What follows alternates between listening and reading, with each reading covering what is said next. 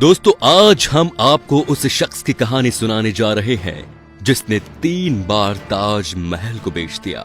चलिए शुरू करते हैं। बिहार की राजधानी पटना से दूर एक गांव पड़ता है जीरादेई।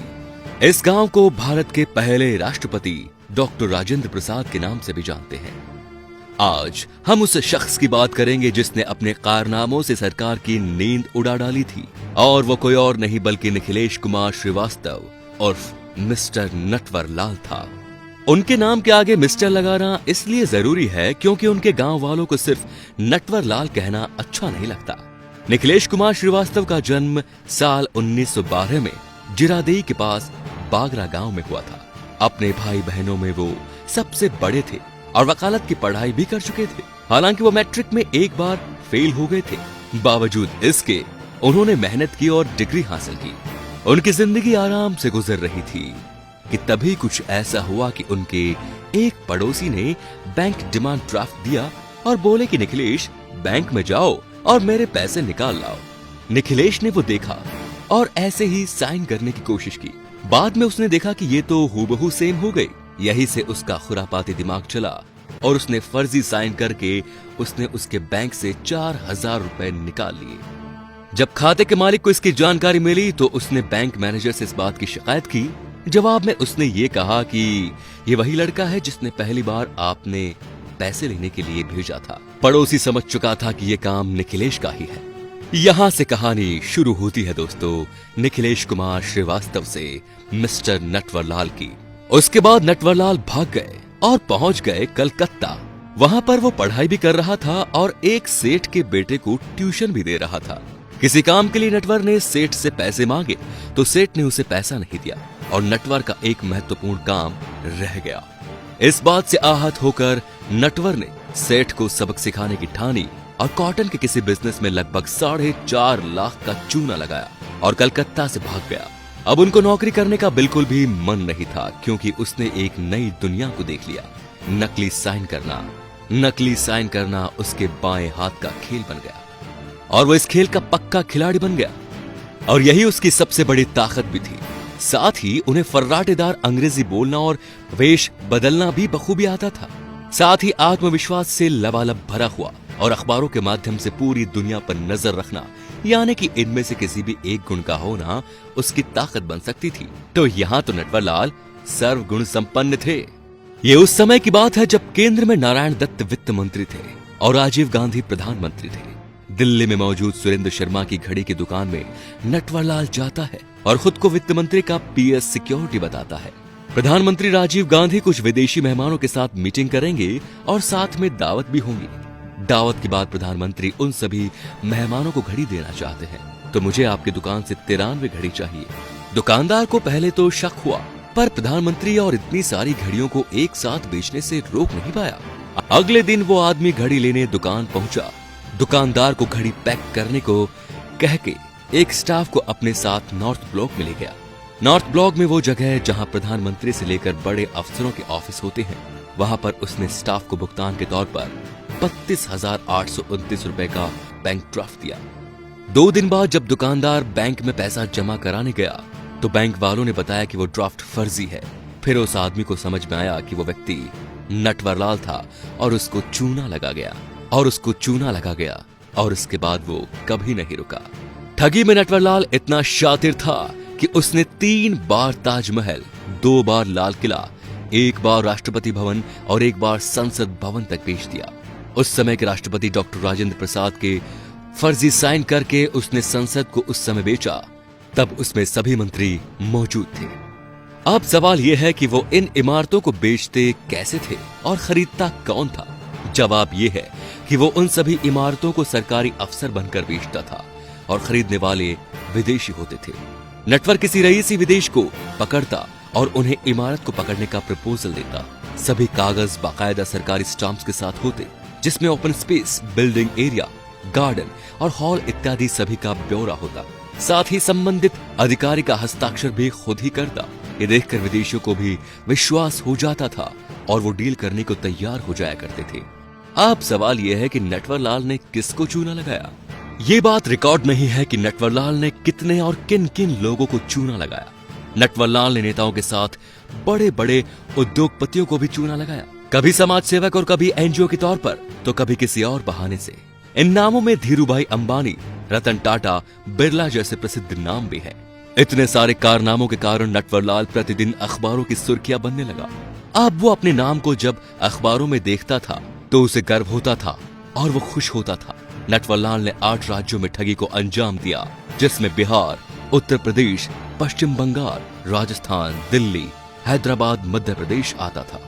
जब नटवर का नाम आम लोगों में पॉपुलर हो गया था, बिजनेसमैन खासतौर पर सचेत होने लगे थे।